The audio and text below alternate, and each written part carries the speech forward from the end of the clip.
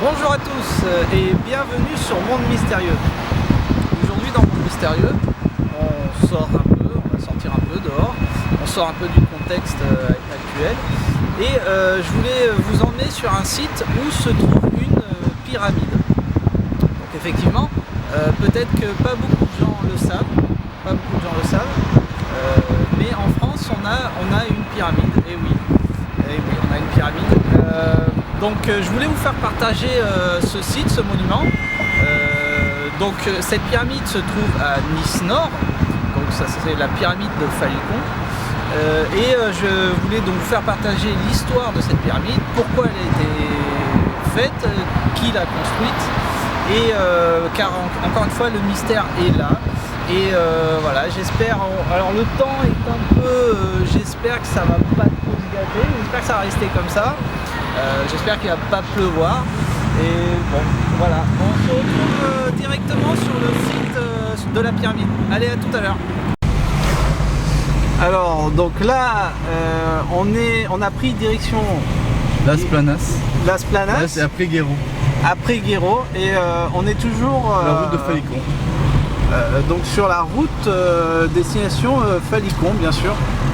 Donc on se retrouve, j'espère, bientôt. Le temps est plus ou moins radieux, on va dire. Donc voilà, on arrive petit à petit, hein. Voilà, allez, à de suite.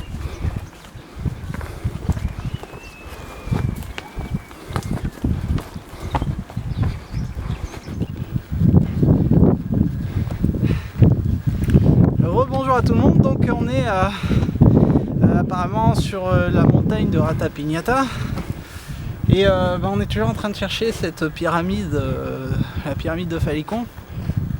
On a du mal à la trouver, donc si tu fais un petit, on peut voir là-bas l'aéroport de Nice. Enfin, je sais pas si vous le voyez bien, et un peu plus sur votre gauche, donc l'observatoire de Nice. Je suis un peu essoufflé, désolé, hein. C'est assez physique.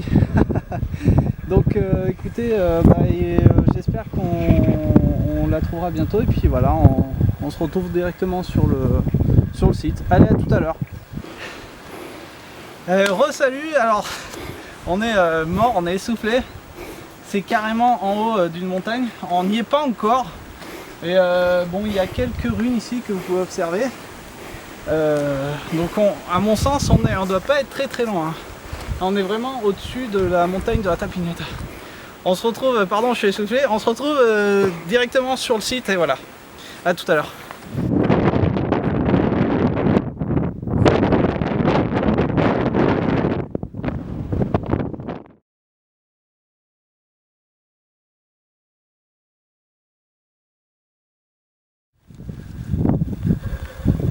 Et voilà la pyramide.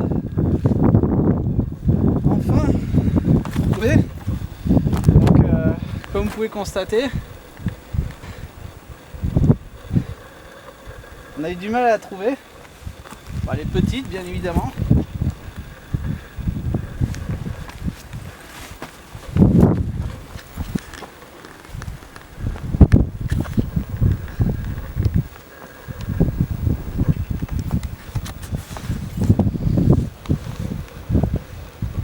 Alors en plus il commence à pleuvoir, donc on n'a vraiment pas de chance.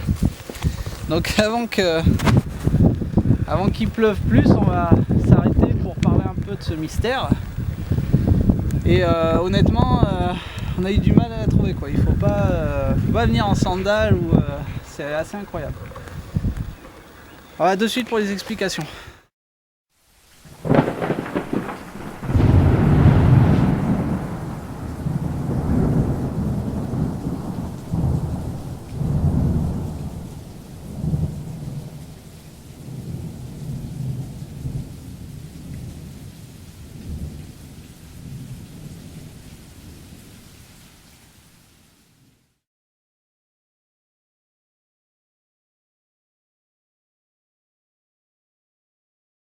Donc salut de nouveau, alors on est arrivé à la pyramide, difficilement.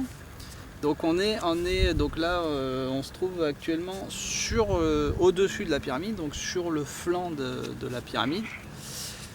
Donc la fameuse pyramide de Falicon qui cache l'entrée de la grotte de Ratapignata. Malheureusement la pyramide est très dégradée, donc soit par le temps ou par les personnes qui visitent. Alors il y a toute une histoire sur cette pyramide, donc c'est ça que je voulais vous faire partager. On a eu du mal à trouver la pyramide. On a eu toute une série, on a eu comme une force qui nous a empêché de... On est monté une fois, on a pris la pluie, donc on est redescendu s'abriter dans la voiture. Le chemin est pas facile à trouver et très difficile. Il y a plein de rochers, de cailloux, de branches. Il faut faire carrément, c'est une randonnée quoi pour y arriver. On a eu toute une série de petits problèmes comme ça, mais on y est arrivé. Donc voilà, ça c'était la petite info. Donc alors on a vu quelqu'un en bas, quelqu'un qui habite dans les parages. On a demandé. Effectivement cette pyramide c'est un grand mystère, c'est-à-dire que malgré les écrits, la pyramide, donc cette pyramide où on se trouve actuellement dessus au moment où je vous parle, ne sort pas dans les écrits avant les années 1800.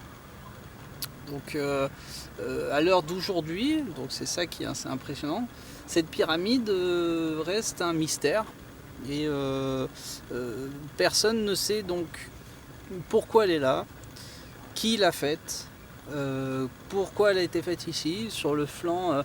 Donc si vous pouvez voir, il y a une vue quand même assez impressionnante. Alors là-bas, c'est quelle autoroute tu m'as dit A8. Là, donc de là-bas on peut voir l'autoroute A8. En face, donc on voit Nice, on voit la mer. Le paysage est assez impressionnant quand même.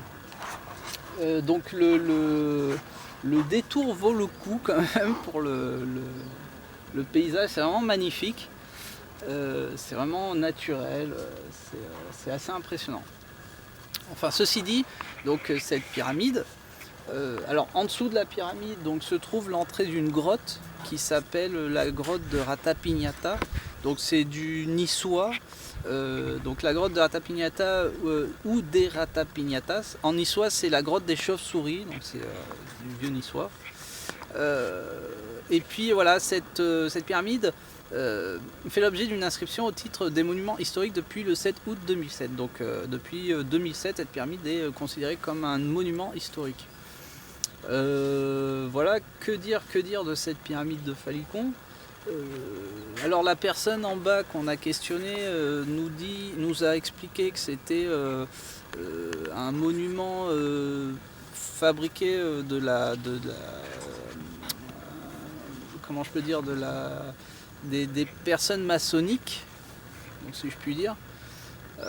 Après bon, on ne sait pas à l'heure actuelle, aujourd'hui on ne sait pas exactement pourquoi cette pyramide est là. Donc c'est la seule pyramide qu'on a ici en France, quoi. Voilà, donc c'est assez impressionnant. Alors j'ai quelques... Donc j'aurais peut-être une... Parce que bon, elle est quand même en hauteur. Donc effectivement aujourd'hui elle est très dégradée. Donc je vous passerai une série de photos à la fin de la vidéo, où des vieilles photos que j'ai trouvées où la pyramide était beaucoup plus en pointe qu'aujourd'hui. Donc là on est au-dessus, c'est vraiment un plat. Donc allez savoir où sont passées toutes les pierres. Bon, donc c'est des pierres calcaires, hein, c'est pas... c'est des pierres naturelles, c'est des pierres, enfin moi ce que j'ai constaté, c'est des pierres qui viennent d'ici de la montagne, quoi.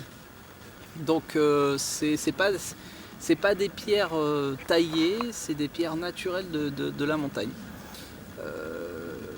Je rappelle donc une info qui peut intéresser donc ceux qui suivent Monde Mystérieux, et ça j'en parlerai au fil du temps dans mes prochaines vidéos.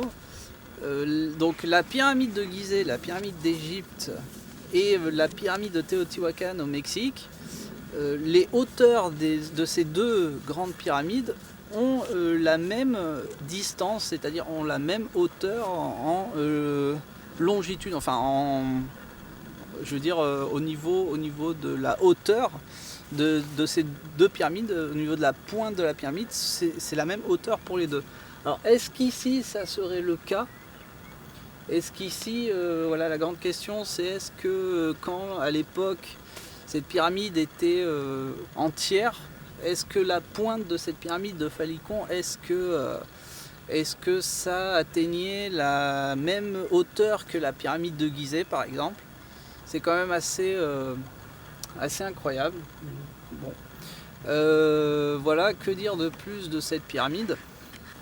Donc on doit cette découverte quand même par Domenico Rossetti, un avocat de Vasto qui était en vacances ici dans la région, qui a découvert cette pyramide. Cette pyramide a été découverte en 1803, donc c'est-à-dire que avant 1803, donc avant les années 1800, il n'y a aucun écrit sur cette pyramide et on ne sait pas qui a bâti cette petite pyramide. Alors la pyramide est petite, est étroite, mais elle est là. Voilà, encore une fois, le mystère est là. Voilà, je reviens un peu sur les pierres. Donc les pierres n'ont pas été taillées, c'est des pierres naturelles qui ont été mises les unes sur les autres. La question, encore une fois, qu'on peut se poser, c'est donc la personne ou les personnes qui ont bâti cette petite pyramide, même si c'est pierre par pierre, je me demande dans quelles circonstances ils ont pu réaliser donc cette œuvre, parce que les pierres sont, je le répète, naturelles. Donc je montrerai des photos à la fin de la vidéo où on voit que les pierres sont alignées, mais parfaitement sur le flanc, donc sur ce flanc là, hein, bien sûr. Donc voilà, je passerai des photos à la fin de la vidéo. Ceci dit, voilà, donc cette pyramide de Falicon est là,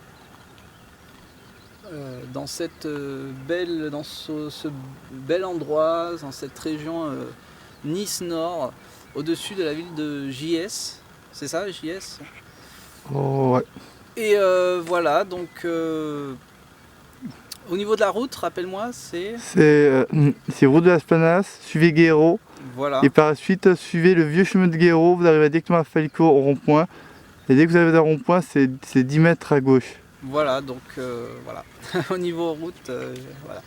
Donc voilà, bah écoutez, merci d'avoir suivi cette vidéo encore dans le monde mystérieux. Et voilà, j'espère vous voir très bientôt pour de prochaines vidéos aussi mystérieuses les unes que les autres.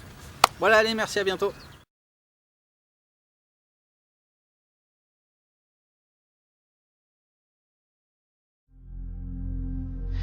Bonjour à tous. Quelques infos additionnelles sur cette mystérieuse pyramide de Falicon. Tout d'abord, la pyramide de Falicon ou la grotte de Ratapignata est très difficile à trouver. Une fois arrivé à Nice Nord, arrivé à Falicon et au village les Jain, son accès est seulement possible à pied. Il vous faut faire en quelque sorte une randonnée à pied sur une montagne tout entière. La zone est vraiment difficile, croyez-moi. Entre les chemins de pierre, les broussailles, enfin la végétation qui s'y trouve, ce n'est facilement pas accessible, c'est très difficile d'accès. Comme je le disais, cette découverte, on la doit à Domenico Rossetti, qui était tout simplement en vacances dans la région en mars 1803. C'est d'ailleurs pour ça que dans la représentation de cette personne, Domenico, y est représenté une petite pyramide. Mais depuis la découverte, cette pyramide reste l'une des énigmes les plus énigmatiques de France. La position de la pyramide est irrégulière. Ses quatre côtés sont de 4,5 mètres fois 4,5 mètres par 4,8 mètres par 6,4 mètres et 6,4 mètres de l'autre côté. Donc le côté le plus long qui donne sur le flanc directement de la montagne. Tout un côté de la pyramide est carrément sous terre. On retrouve plein de similitudes finalement. Apparemment, et selon les anciens écrits, il est écrit que dans le passé, la pyramide était lisse et recouverte d'une sorte de plâtre. Les 4 côtés sont bien modérément orientés sur les 4 points cardinaux, donc d'autres similitudes avec les pyramides dans le monde, avec une déviation de 18 degrés, et se trouve situé seulement donc à 431 mètres au-dessus du niveau de la mer. Au niveau de sa pointe, on ne sait pas exactement si elle avait, dans le passé, une pointe entière, ou si elle était dans cet état-là. Malgré que dans certaines vieilles photos que je suis en train de vous passer actuellement, que vous pouvez voir et constater, on peut voir qu'elle était un peu plus en pointe, mais pas beaucoup. Pourtant, la pyramide présente beaucoup de similitudes avec d'autres pyramides dans le monde, comme je le disais. Quand j'évoquais par exemple la pyramide de Gizeh en Égypte et la pyramide de Teotihuacan au Mexique, qui auraient peut-être une similitude avec celle de Falécon et qu'ils ont la même distance en hauteur, je veux dire en fait que si l'on trace un trait horizontal au-dessus des pyramides et que l'on relie ce même trait, donc par exemple la pyramide d'Égypte, on la relie avec la pyramide de Teotihuacan au Mexique, vous voyez que les deux se trouvent à la même hauteur, avec un trait parfaitement horizontal et parallèle au niveau 0. Attention, je ne parle pas de la hauteur des pyramides, mais de leur pointe qui arrive à la même hauteur, entre chacune d'elles. D'où ma théorie sur l'énergie libre. Que je dédie cette théorie comme la théorie officielle, qui est la mienne, mais comme le tampon, la marque de celle de Monde Mystérieux, dont j'en parlerai dans les prochaines vidéos. Mais pour cela, il me reste...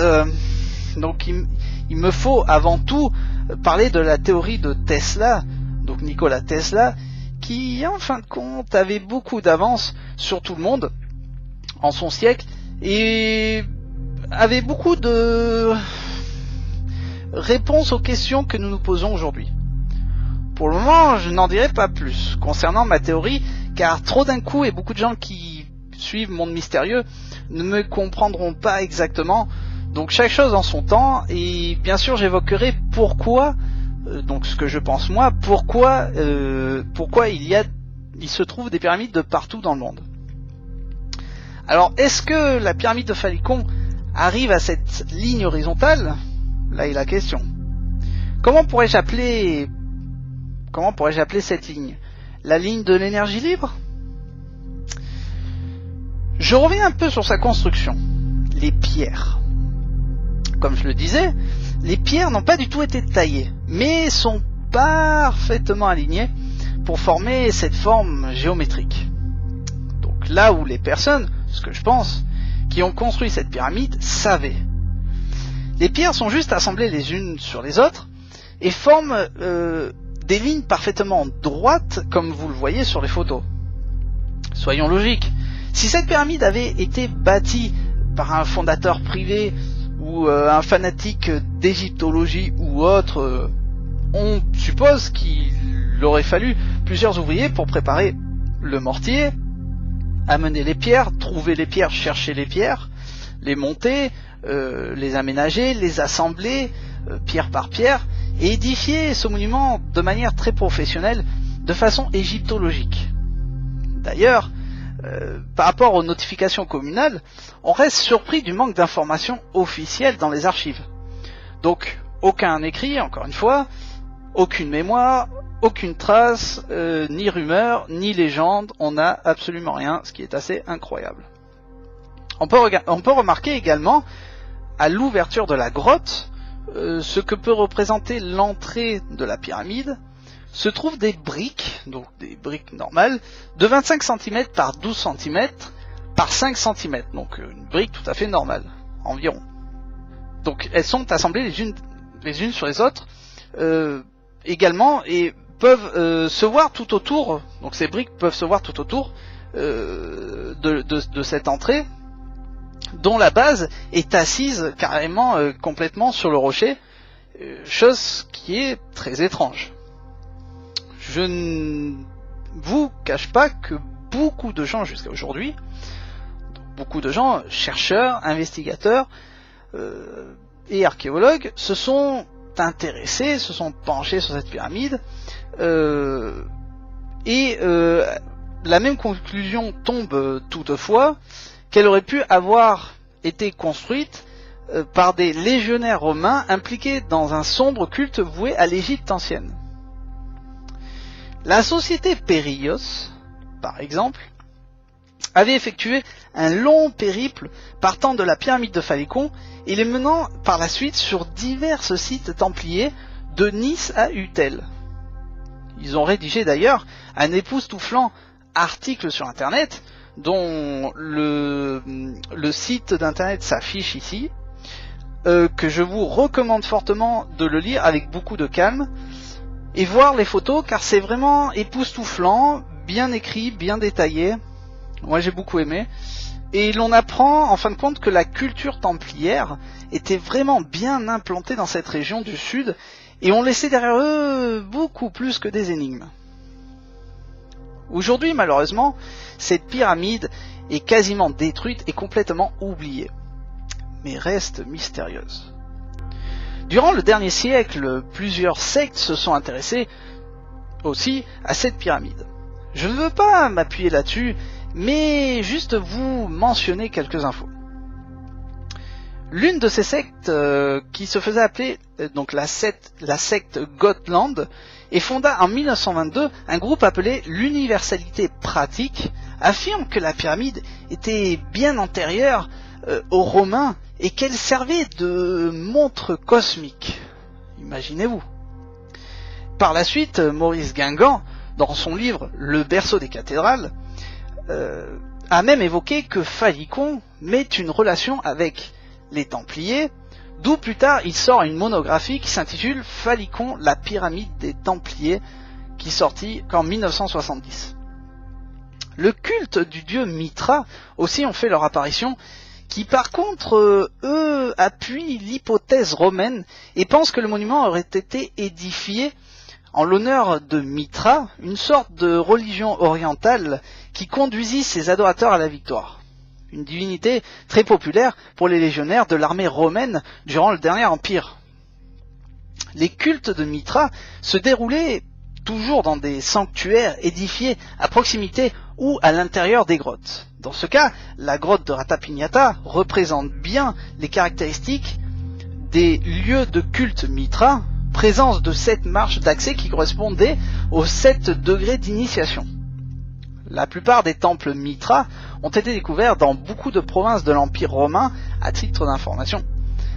Mais beaucoup renient cette thèse de Mitra et pensent que ce serait trop important pour qu'on la considère incontestable. La pyramide a de très fortes similitudes aux multitudes de pyramides retrouvées au Soudan. Appuyons-nous quelques instants sur la grotte qui se trouve en dessous de la pyramide.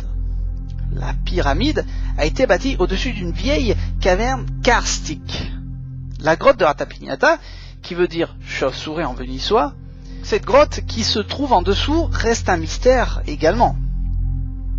Certains écrits parlent que c'est Domenico Rossetti lui-même qui, en 1803, subjugué par un gouffre sur la commune de Phalicon, aurait conseillé à son hôte d'édifier une structure pyramidale sur l'ouverture de la grotte pour en signaler sa présence aux riches passants.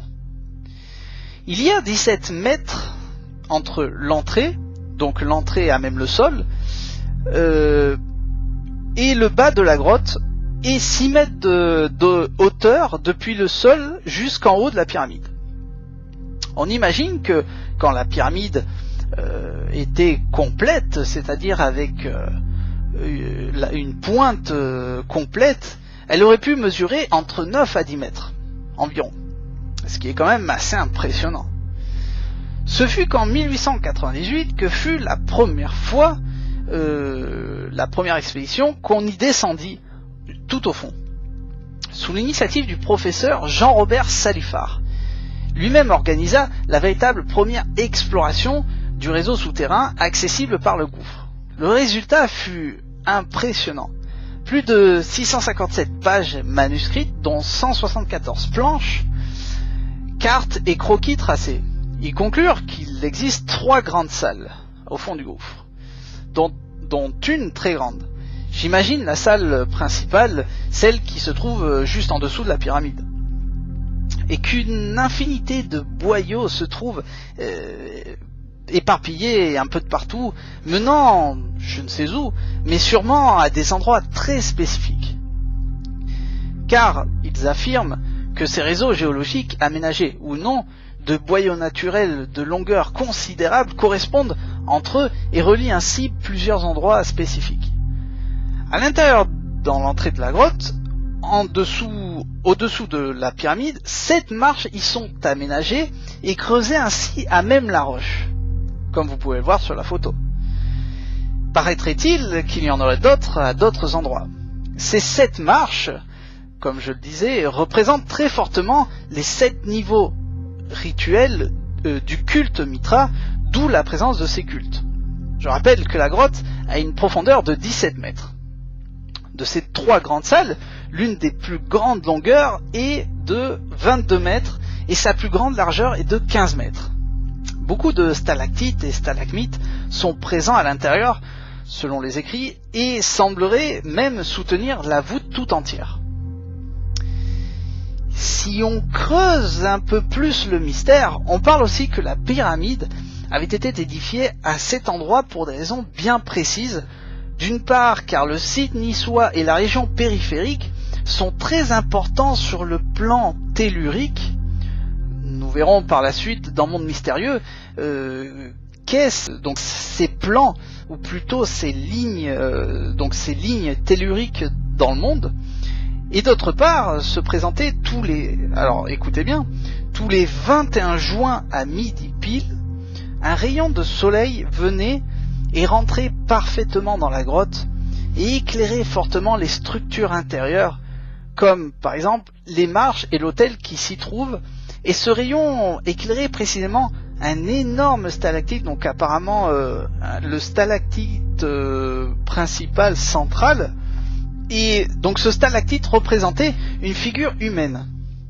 Vous voyez, cet endroit est vraiment mystérieux, mais intéressant. Malheureusement, ce stalactite fut détruit à coups de marteau par la suite, mais d'où l'hypothèse que dans les siècles passés, les mages venaient y faire des cérémonies magiques ou des cérémonies de magie noire.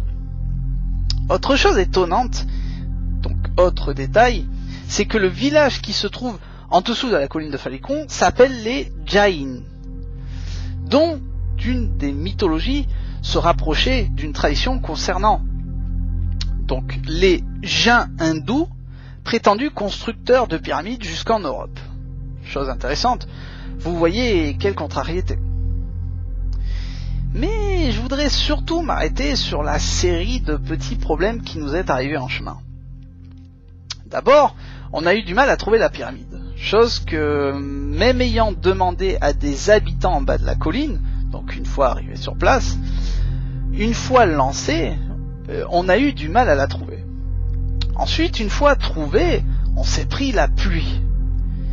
Mais pas la petite pluie, la grosse pluie, la grosse pluie. Après un intervalle de 30 minutes environ, qu'on a passé dans la voiture, on est reparti. En repartant, on s'est perdu. De plus, le chemin n'est pas facile. On s'est tombé plusieurs fois, on a glissé plusieurs fois, on s'est griffé avec des branches plusieurs fois, on s'est sali les vêtements, enfin. Le chemin n'est vraiment pas facile et accessible. Si vous y allez, ne venez pas avec des petites chaussures, conseil d'amis, venez plutôt avec des grosses chaussures de montagne, de randonnée. En revenant, on s'est perdu bien évidemment, on a dû emprunter vraiment un chemin beaucoup plus dangereux, chose que je ne vous recommande pas. et qui ne nous est pas arrivé la première fois qu'on y est allé et qu'on est revenu à cause de la pluie. Bon, après d'autres détails, la caméra avait pris l'eau, on a eu une panne de batterie, enfin, que dire. Comme si qu'une force voulait nous empêcher de faire cette vidéo, chose qui est vraiment très étrange. Alors, une dernière chose, bien sûr, si vous y allez, si la curiosité vous appelle, s'il vous plaît, allez-y avec un bon état d'esprit, respectez les lieux, n'y allez pas en grand nombre de personnes, respectez l'endroit et les habitants qui s'y trouvent, n'y allez pas en masse, ne détruisez pas la nature, s'il vous plaît, ne balancez pas de déchets si vous y allez, et de plus, ne repartez pas avec des pierres de la pyramide. Sincèrement, ne la dégradez pas plus. Ce monument est vraiment mystérieux et vraiment beau. Ne la dégradez pas plus. Si aussi vous prenez la décision de descendre dans la grotte, allez-y avec des personnes expérimentées et ne le faites pas seul. Car la personne, là où les personnes qu'on a rencontrées en chemin nous ont pourtant précisé que les personnes qui ont essayé de descendre toutes seules se sont blessées, donc n'y allez vraiment pas seul dans le gouffre. Vraiment, allez-y avec un bon état d'esprit. Et comme d'habitude, j'espère vous retrouver bientôt pour de nouvelles aventures dans Monde Mystérieux, et aussi avec de nouvelles vidéos aussi mystérieuses les unes que les autres. À bientôt.